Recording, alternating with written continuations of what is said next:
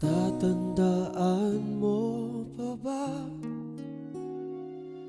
nung tayong dalawa ay unang magkita?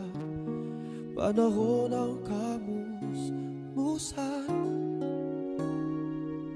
sa piling ng mga bulaklak at halaman. Doon tayong nagsimulang mangarap at tumulong.